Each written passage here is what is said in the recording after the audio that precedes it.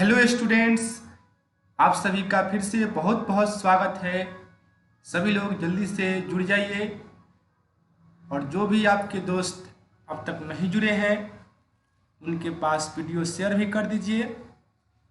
हम लोग आज फिर से साइंस के 20 प्रश्नों को सॉल्व करेंगे। तो सभी लोग तैयार हो जाइए कमेंट करने के लिए। ये रहा आप सबों के बीच पहला प्रश्न। इसमें आप लोगों को बताना है निम्न में कौन सा कार्बोहाइड्रेट टॉलेंस अभिकर्मक के साथ रजत दर्पण बनाता है। बताइए इसमें वह कौन सा कार्बोहाइड्रेट है जो रजत दर्पण बनाता है। रजत दर्पण मतलब सिल्वर मिरर। रजत मतलब क्या होता है? सिल्वर होता है, चांदी होता है। बताइए इसमें से कौन है जो सिल्वर मिरर बनाने के लिए उपयोगी होता है? सुक्रोज, फ्रक्टोज, ग्लूकोज या फिर स्टार्च? तो क्या होगा इसका आंसर? जल्दी से आप लोग कमेंट कीजिए। इसमें से कौन है जिसका उपयोग रजत दर्पण यानी कि सिल्वर मिरर बनाने के लिए किया जाता है? जो भी लोग इसका आंसर ऑप्शन नंबर सी दे रहे हैं यानी ग्लूकोज दे रहे हैं उनका एकदम सही है। ग्लूकोज यहाँ पर सही उत्तर हो जाएगा। टॉलेंस अभिकर्मक के साथ रजत दर्पण कौन बनाता है? तो ये बनाता है ग्लूकोज। तो आप लोग याद रखना है रजत दर्पण, रजत किसको बोलते हैं? चांदी को कहते हैं। तो ये जो दर्पण बनता है उसमें किसका प्रयोग होता है? ग्लूकोज का प्रयोग होता है। और ग्लूकोज से आप लोगों को पता ही होगा ग्लूकोज का सूत्र क्या होता है? C6H12 और O6। यह ग्लूकोज का सूत्र होता है।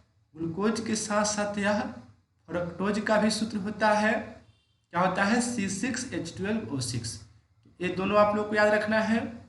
सुक्रोज का सूत्र आप लोग को पता होगा। जो सूत्र चीनी का होता है वही सुक्रोज का होता है, C12H22O11। ये सब आपको याद रखना है। कुछ और सूत्रों का हम लोग चर्चा करते हैं, जैसे C12H22O11 किसका किसका सूत्र है? एक तो हो गया सुक्रोज, दूसरा चीनी का भी यही सूत्र होता है। चीनी के अलावा यह किसका सूत्र होता है?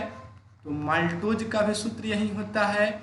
माल्टोज के साथ साथ यह किसका सूत्र होता है? तो लैक्टोज का भी सूत्र यही होता है। जैसा मैं उम्मीद करता हूँ कि आप लोगों को पता होगा। और ग्लूकोज, फ्रुक्टोज और इसके साथ साथ गैलेक्टोज, ये तीनों चीज का सूत्र क्या होता है? यही होता है। जो ग्लूकोज का सूत्र होता है वही फ्रुक्टोज का भी होता है और गैलेक्टोज का भी होता है, C6H12 और O6। ये सब आपको याद होगा। चलिए एक क्वेश्चन मैं यहाँ से और आप लोगों से पूछता हूँ, बताइएगा आप लोग। C3H6O3 यह किसका सूत्र है? आप लोग लिख के जल्दी से कमेंट कीजिए। C3H6O3 यह किसका सूत्र है? जल्दी से कमेंट कर दीजिए। और एक और मैं पूछ रहा हूँ, C3H4O3 यह किसका सूत्र है? ये भी आप लोग कमेंट कीजिए जल्दी से। इन दोनों प्रश्नों का आंसर आप लोग कमेंट करके बताइए कि C3H6O3 किसका सूत्र है और C3H4O3 यह किसका सूत्र है। तो जो भी लोग इसका आंसर लिख रहे हैं लैक्टिक अम्ल, उन लोगों का सही है। यह लैक्टिक अम्ल का सूत्र है।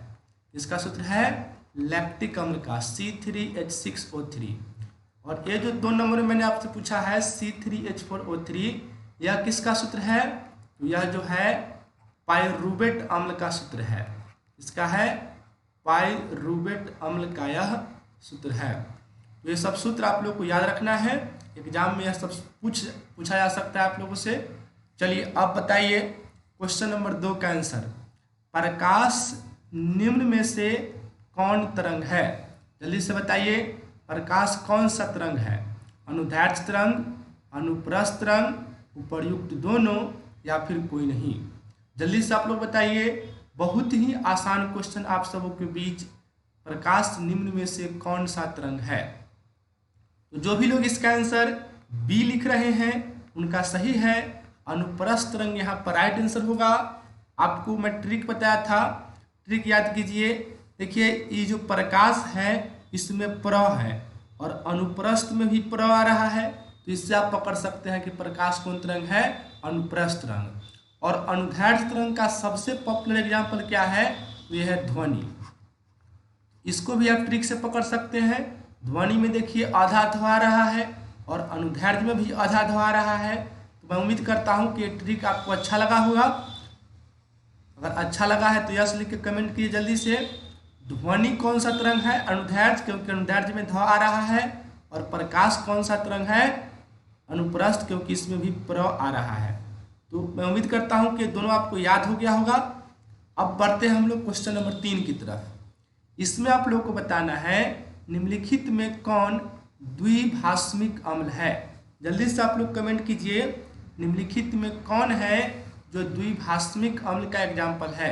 यह क्वेश्चन जो है बोर्ड में एक बार पूछा गया है, हमको याद आ रहा है। बहुत ही इंपॉर्टेंट क्वेश्चन है, वीवीआई प्रश्न है आप लोगों के एग्जाम के लिए। जल्दी से बता दीजिए इसमें से कौन है जो द्विभाषमिक अम्ल है। तो जो भी लोग इसका आंसर बी कमेंट किए हैं उनका सही है, H3PO2। याद रखना है आप लोगों को, H3PO2 जो है यह कैसा अम्ल है, तो यह जो है द्विभाषमिक अम्ल है। चलिए यहाँ से और कोई प्रश्न नहीं बन रहा है, हम लोग बढ़ते हैं क्वेश्चन नंबर 4 की तरफ। इसमें आप लोगों को बताना है कि सोलर कुकर में निम्न में से किसका प्रयोग होता है। यह भी बहुत आसान क्वेश्चन है, आप लोग जल्दी से कमेंट कीजिए, सोलर कुकर में किसका प्रयोग होता है।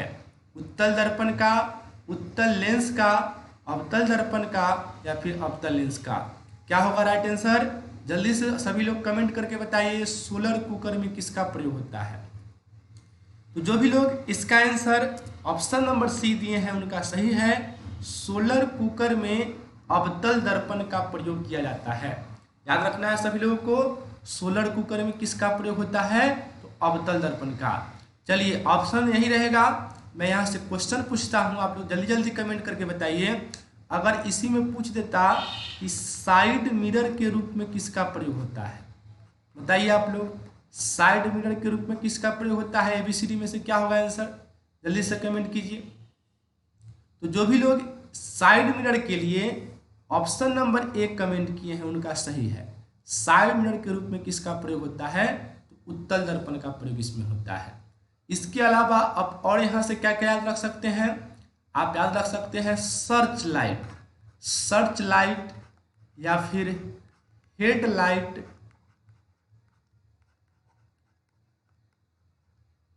सर्च लाइट या हेडलाइट पूछेगा तब क्या बताइएगा। चलिए बताइए आप लोग, ये मैं 2 नंबर क्वेश्चन यहाँ पर कर देता हूँ।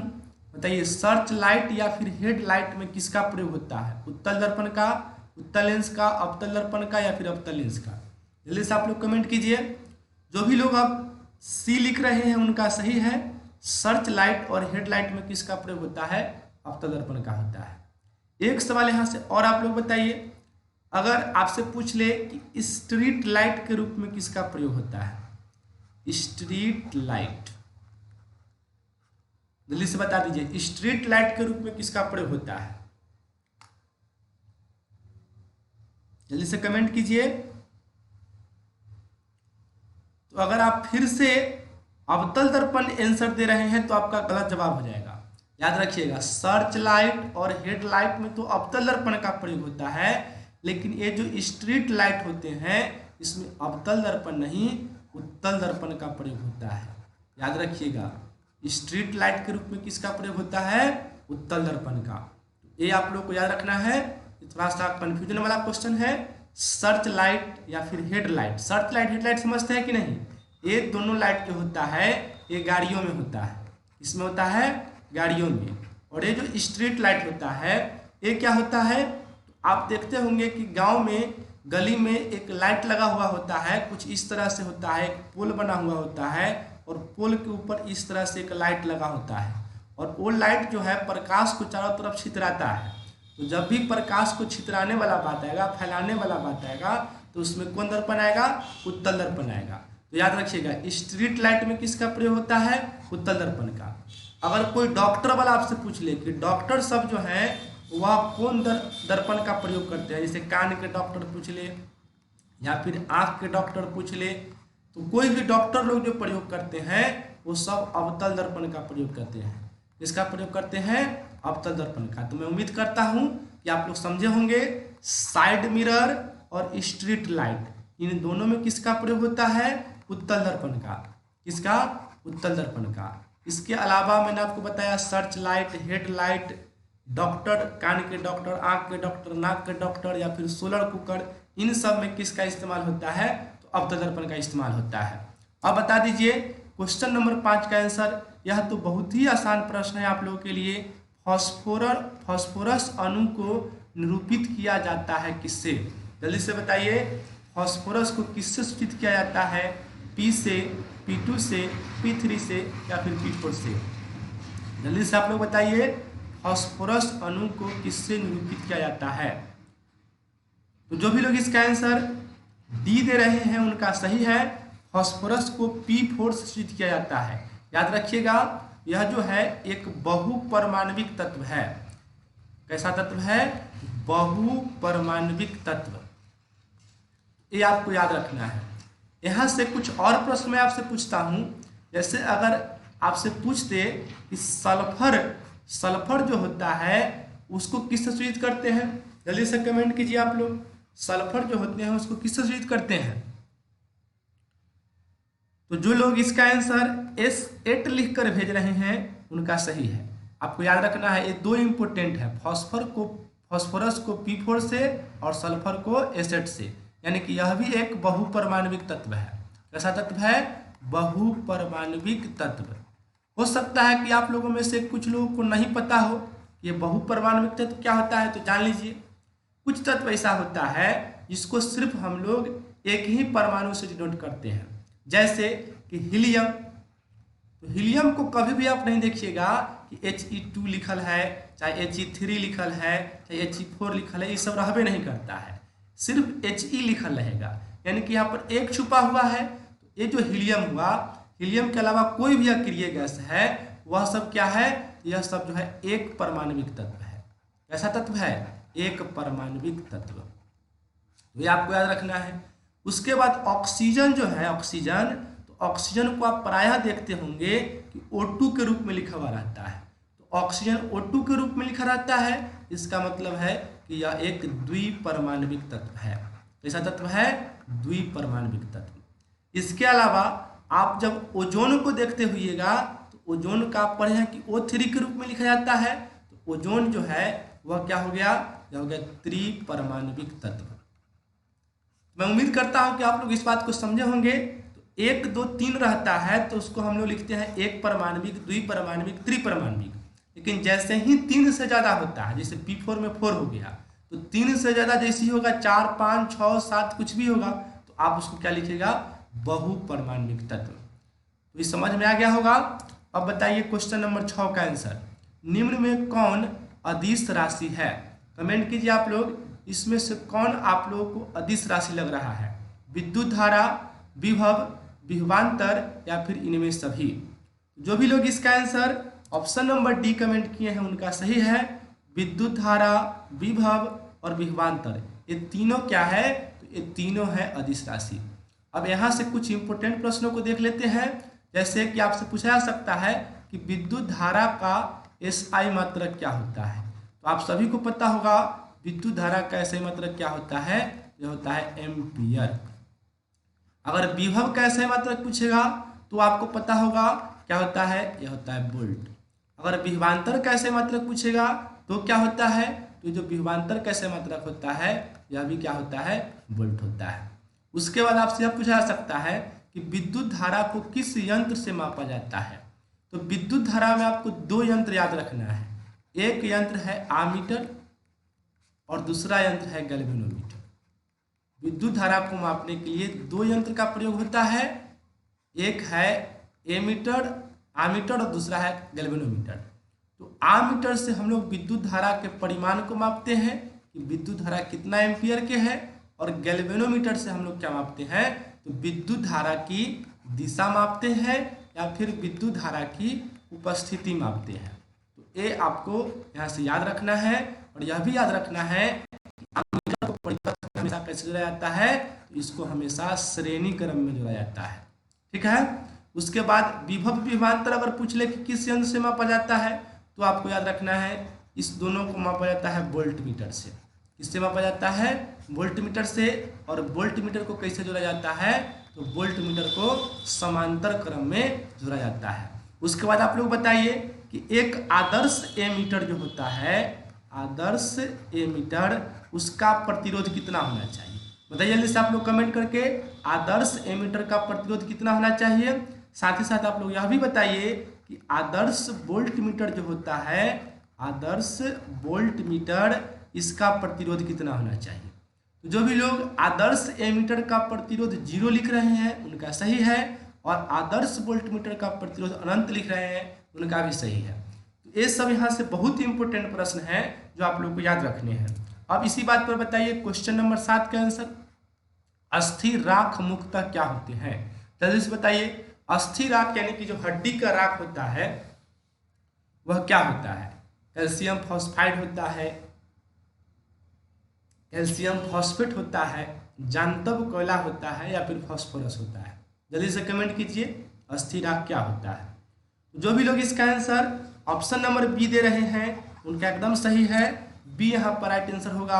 आप लोग पढ़े होंगे कि हमारे शरीर की जो हड्डी होती है वह किससे बनी होती है, कैल्शियम फॉस्फेट से।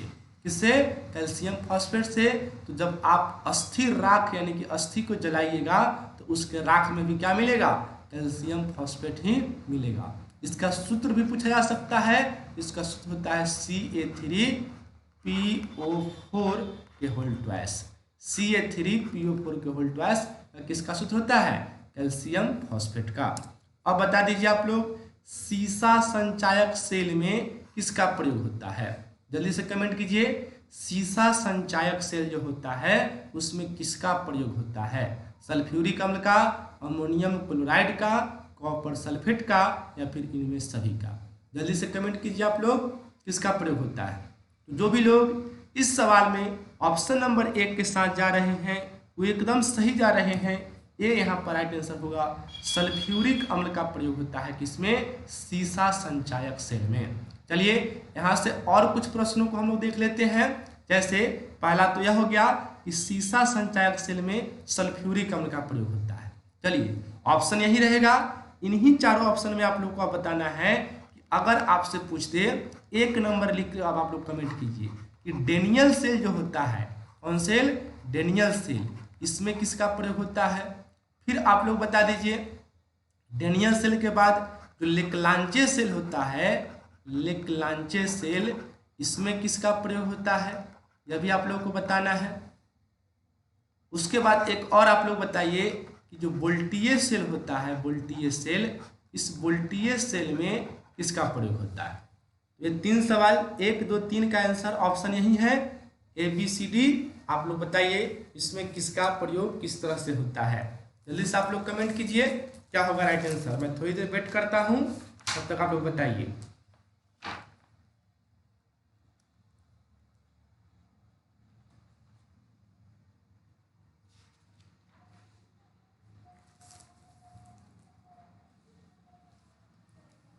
तो जो भी लोग इसका आंसर 1 में दे रहे हैं यानी कि डेनियल सेल के लिए सल्फ्यूरिक अम्ल उनका सही है। डेनियल सेल में किसका प्रयोग होता है, सल्फ्यूरिक अम्ल का। लेक्लांचे सेल में किसका प्रयोग होता है, इसमें प्रयोग होता है अमोनियम क्लोराइड का। और वोल्टीय सेल में किसका प्रयोग होता है, इसमें होता है कॉपर सल्फेट का प्रयोग। तो ये सब भी आप लोग को याद रखना है। अब बताइए 9 का आंसर, निम्नलिखित में कौन रंगीन होता है। इसमें से रंगीन कौन है बताइए, NH3, N2O, NO या फिर NO2।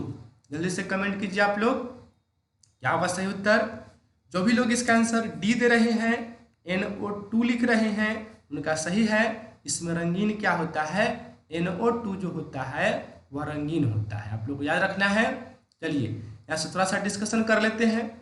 जैसे अगर NH3 के विषय में पूछा जाए कि NH3 क्या है, तो आप लोगों को पता ही होगा कि NH3 क्या है, अमोनिया है। और जब भी मैं अमोनिया पढ़ाता हूँ आपसे पूछता हूँ कि अमोनिया का निर्माण कितने विधि से होता है, मैंने आपको पढ़ाया था 2 विधि से। एक है हैबर विधि और एक कौन सी विधि है, एक विधि है साइनामाइड विधि। ये दोनों मैंने आपको पढ़ाया है। उसके बाद जब हैबर विधि की चर्चा चला है तो आप लोग बताइए कि हैबर विधि में उत्प्रेरक के रूप में किसका प्रयोग होता है और साइनामाइड विधि में उत्प्रेरक के रूप में किसका प्रयोग होता है। तो हैबर विधि में किसका प्रयोग होता है, लौह चूर्ण का। याद होगा आप लोगों को, लौह चूर्ण का प्रयोग होता है हैबर विधि में। और साइनामाइड विधि में किसका प्रयोग होता है, याद कीजिए मैंने क्या बताया था आप लोगों को, कॉपर फ्लोराइड। हमें थोड़ा सा कन्फ्यूजन है, आप लोग सही करके बोलिए क्या होगा। साइनामाइड विधि में किस उत्प्रेरक का प्रयोग होता है, तो ये आप लोग बताइए। उसके बाद N2O से ज़्यादा प्रश्न नहीं है, आप लोग सिर्फ इतना याद रखिएगा कि इसे हास्य गैस कहा जाता है। यानी कि N2O गैस जो है, अगर आप सूंघ लीजिएगा तो आप हंसने लगिएगा, तो ये हंसाने वाली गैस है। N2O नाइट्रस ऑक्साइड इसे कहते हैं, यह हास्य गैस है। ज़्यादा डिस्कशन अब यहाँ नहीं है। अब क्वेश्चन नंबर 10 का आंसर दीजिए। निम्नलिखित में कौन विद्युत धारा के ऊष्मीय प्रभाव पर आधारित यंत्र नहीं है, बताइए। इसमें कौन है जो विद्युत धारा के ऊष्मीय प्रभाव पर आधारित यंत्र नहीं है। विद्युत हीटर, विद्युत बल्ब, विद्युत प्रेस या फिर विद्युत घंटी। क्या होगा सही आंसर, जल्दी से कमेंट कीजिए। तो जो भी लोग डी लिख रहे हैं उनका सही है। ये जो विद्युत घंटी है यही विद्युत धारा के ऊष्मीय प्रभाव पर आधारित यंत्र नहीं है। तो अब आपके मन में प्रश्न चला होगा कि अच्छा, ये विद्युत घंटी विद्युत धारा के ऊष्मीय प्रभाव पर नहीं काम करती है, तो यह किस प्रभाव पर काम करती है। तो एकदम प्रश्न चला है, तो अच्छा प्रश्न चला है। आप याद कर लीजिए, ये जो विद्युत घंटी है ये विद्युत धारा के चुंबकीय प्रभाव पर काम करती है। किस प्रभाव पर, चुंबकीय प्रभाव पर। और ये तीनों किस प्रभाव पर काम करती है, तो ये तीनों काम करती है विद्युत धारा के ऊष्मीय प्रभाव पर। तो ये आप लोग को याद रखना है। मैंने आप लोग को बताया था ना कि विद्युत धारा के 3 प्रभाव होते हैं। एक प्रभाव तो मैंने बताया ऊष्मीय प्रभाव, दूसरा मैंने बताया चुंबकीय प्रभाव, और तीसरा कौन होता है, तीसरा होता है रासायनिक प्रभाव। अब आप लोग जल्दी जल्दी बोलना शुरू कर दीजिए कि विद्युत धारा के जो ऊष्मीय प्रभाव है, ऊष्मीय प्रभाव, इसकी खोज किसने किया था, बताइए जल्दी से। आंसर कमेंट नहीं करना है, बोलना है। आप अगर बोल लिए हैं कि जूल किए हैं तो एकदम सही बोले हैं। अगर आपसे पूछा कि चुंबकीय प्रभाव की खोज किसने किया, तब आप क्या बताइएगा, तो चुंबकीय प्रभाव की खोज किया था ओस्टर्ड ने। किसने, ओस्टर्ड ने किया था चुंबकीय प्रभाव की खोज। और रासायनिक प्रभाव की खोज किसने किया था, तो मैंने आपको क्या पढ़ाया था, माइकल फैराडे ने। विद्युत धारा के रासायनिक प्रभाव की खोज किसने किया, माइकल फैराडे ने। एग्जाम्पल की बात है तो मैंने आपको बताया कि ऊष्मीय प्रभाव पर काम करता है विद्युत हीटर, विद्युत बल्ब, विद्युत प्रेस। चुंबकीय प्रभाव पर क्या काम करता है, विद्युत घंटी। इसके अलावा चुंबकीय प्रभाव के एग्जाम्पल आप जानना चाहें तो जान लीजिए, आमीटर हो गया, आमीटर के बाद वोल्ट मीटर हो गया, वोल्ट मीटर के बाद गैल्वेनोमीटर हो गया। ये सब किसका एग्जाम्पल है, तो ये सब जो है चुंबकीय प्रभाव का एग्जाम्पल है। और रासायनिक प्रभाव की बात कीजिएगा तो कोई भी जो सेल आप पढ़ते हैं, सीसा संचायक सेल हो गया, डेनियल सेल हो गया, लेक्लांचे सेल हो गया, ये सब जो है रासायनिक प्रभाव पर काम करते हैं। तो ये थे 10 प्रश्न जिसका हम लोगों ने डिस्कशन किया। अब जल्दी जल्दी आप लोग आंसर कमेंट करना शुरू कीजिए। प्राकृतिक रबर किसका बहुलक है, कल के वीडियो में मैंने आप लोग को बताया था प्राकृतिक रबर किसका बहुलक है। जो लोग सी लिख रहे हैं उनका एकदम सही है, प्राकृतिक रबर जो है किसका बहुलक है, आइसोप्रीन का। अब 12 का आंसर बताइए। प्रयोगशाला में बनने वाला पहला कार्बनिक यौगिक कौन है, तो मैंने आपको क्या बताया था, मैंने आपको बताया था यूरिया। प्रयोगशाला में सबसे पहले कौन सा कार्बनिक यौगिक बना था, यूरिया। तो यहाँ पर सी सही उत्तर होगा। अब बताइए आप लोग, जिगलर विधि, कौन सी विधि, जिगलर विधि। आंसर यहाँ पर कमेंट हो गया। जिगलर विधि से क्या बनता है, तो बनता है पॉलीथीन। जो भी लोग बी के साथ जा रहे हैं उनका आंसर सही है। अब बताइए कि निम्न में कौन एमाइड का क्रियाशील मूलक है। एमाइड का क्रियाशील मूलक मैंने कल ही आपको बताया था, बॉन्ड CONH2। बॉन्ड CONH2 किसका क्रियाशील मूलक है, तो यह एमाइड का क्रियाशील मूलक है। बॉन्ड COOR ये किसका था, एस्टर का। ये था कार्बोक्सिलिक अम्ल का, और ये जो ऑप्शन नंबर डी में है ये किसका था, एल्डिहाइड का। तो यहाँ पर इसका आंसर ए होगा। अब बताइए आप लोग, प्राकृतिक रबर, पता नहीं कैसे कमेंट हो जा रहा है, पहले ही कमेंट नहीं सॉरी आंसर आ जा रहा है। प्राकृतिक रबर को गंधक के साथ मिलाकर गर्म करने की प्रक्रिया क्या कहलाती है? क्या कहलाती है? वल्कनीकरण। यानी कि जो भी लोग सी जवाब दे रहे हैं उनका आंसर एकदम सही है। तेजी में आप लोग कमेंट कीजिए, मैं बहुत फास्ट पढ़ा रहा हूँ, कम समय के वीडियो में अधिक से अधिक फायदा उठाने की कोशिश कीजिए। और क्वेश्चन नंबर 16 का आप जल्दी से आंसर दीजिए। आधुनिक आवर्त सारणी के चौथे आवर्त में कितने तत्व है? तो कितने तत्व है जल्दी से बताइए। ABCD में से क्या होगा आंसर? जो लोग सी के साथ जा रहे हैं 18 के साथ उनका सही है। अब क्वेश्चन नंबर 17 में बताइए, पहला औद्योगिक संश्लिष्ट रबर कौन है? पहला औद्योगिक संश्लिष्ट रबर कौन है? Methyl rubber, buna N rubber, buna S rubber, या फिर इनमें कोई नहीं? तो इसका सही आंसर क्या होगा? Methyl rubber. ये यहाँ पर राइट आंसर होगा। अब बताना है आप लोगों को क्वेश्चन नंबर 18 का आंसर, 90 ग्राम पानी में मौजूद मोलों की संख्या कितनी है? जल्दी से बताइए। कल ही मैंने आप लोगों को पढ़ाया 4, 5, 6 या फिर 7। 90 ग्राम पानी में मौजूद मोलों की संख्या कितनी है? तो यह है 5। बी यहाँ पर राइट आंसर होगा। अब बताइए आप लोग 19 का आंसर, निम्न में कौन जैव निम्न करणीय बहुलक है? इसमें से कौन है जो जैव निम्न करणीय बहुलक है? सेलुलोज, पॉलीथीन, PVC या नायलॉन 66। जो भी लोग इसका आंसर दे रहे हैं ऑप्शन नंबर ए उनका सही है, सेलुलोज यहाँ पर राइट आंसर होगा। और ये रहा आज की वीडियो का अंतिम क्वेश्चन, अधातुओं के ऑक्साइड की प्रकृति कैसी होती है? जल्दी से बता दीजिए, ये कैसी होती है? ये होती है अम्लीय। तो ये थे आज के टॉप 20 क्वेश्चन जिसको हम लोगों ने देखा। तो कल भी टॉप 20 प्रश्न होंगे, फिर परसों शनिवार है और शनिवार को, इस शनिवार को हम लोग 100 प्रश्नों का टेस्ट देखेंगे। तो आप लोगों को मैं इसलिए कहता हूँ कि जो भी क्वेश्चन नए मिले उसका आंसर याद कर लीजिए, स्क्रीनशॉट किया कीजिए। आप लोग नहीं करते हैं, गलती करते हैं, स्क्रीनशॉट कीजिए। और शनिवार के 100 प्रश्न हैं और आप लोग इस तरह से उन 100 प्रश्नों को याद कर लीजिए। और ये 100 प्रश्न पीछे के ही वीडियो के होंगे। अगर आप ये 100 प्रश्न याद कर लेते हैं तो आप जो है 100 में 100 आंसर सही कीजिएगा। और मैं उम्मीद करता हूँ कि आप 100 में 100 नंबर लाइएगा। अगर 100 में 100 नहीं लाते हैं तो ये बड़ा दुख की बात होगी। तो आप लोग स्क्रीनशॉट किया कीजिए, वीडियो पड़ा हुआ है। अगर आपको कोई क्वेश्चन मिस हो गया है तो दोबारा जाकर उस वीडियो को देखिए और सभी प्रश्नों को याद कीजिए। तो मिलते हैं हम लोग फिर कल। आज के लिए इतना ही। जय हिंद, जय भारत।